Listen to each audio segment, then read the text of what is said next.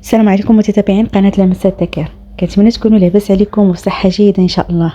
اليوم فيديو جديد غادي نحضر فيه معكم وصفة ديال العسل اللي غادي نحتاجه بالنسبة لرمضان ان شاء الله كيليق لجميع المعسلات. اول حاجة غادي ناخذ واحد القلب ديال السكر، غادي نديروه في الكوكوط اللي غادي نطيبوه فيها.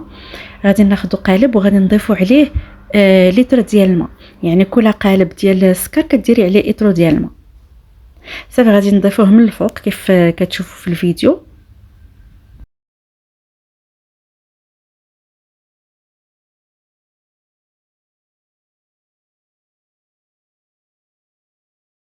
صافي بعد ما ضفنا ليه الماء غادي نخليوه الوقت الكافي حتى كيذوب لينا كامل.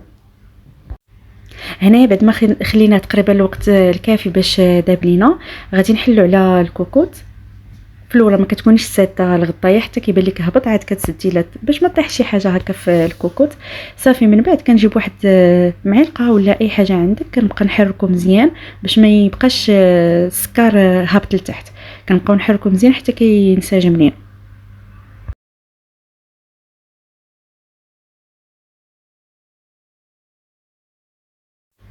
صافي من بعد ما حركناه مزيان وانسجم لينا، غادي نضيف عليه دابا هنايا طريفات ديال الحامض قطعتهم هكاك وضفت عليهم واحد 3 العويدات ديال القرفه.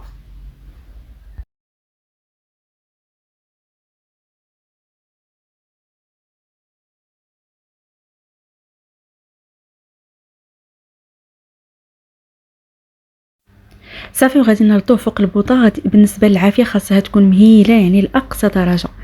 غنسدو عليه الكوكوط وغادي نديرو الصفاره.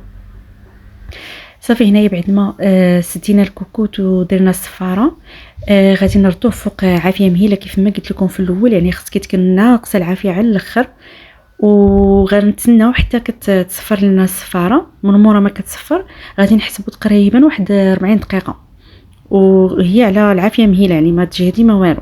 وبالنسبه للاضافات ممكن ديري عبيده القرنفل، وممكن ديري الا كنتي كتاخدي العسل الحور دوك الشهد اللي كيكون فيه داك الشهد ديالو ممكن تا هو تضيفيه، كيعطي واحد النسمه زوينه بحال العسل ديال الزمزمي الا كان متوفر عندك. الا ما متوفرش فاكتفي بهذا الشيء اللي كاين وصافي. صافي هنايا كنوريكم العافيه كيفاش خصها تكون، يعني على هاد القياس هذا ما تكونش مجهده. وكان هذا هو الشكل النهائي تاع الوصفه ديال اليوم. كيف كتشوفوا هكا النتيجه ديال العسل اللي وجدنا.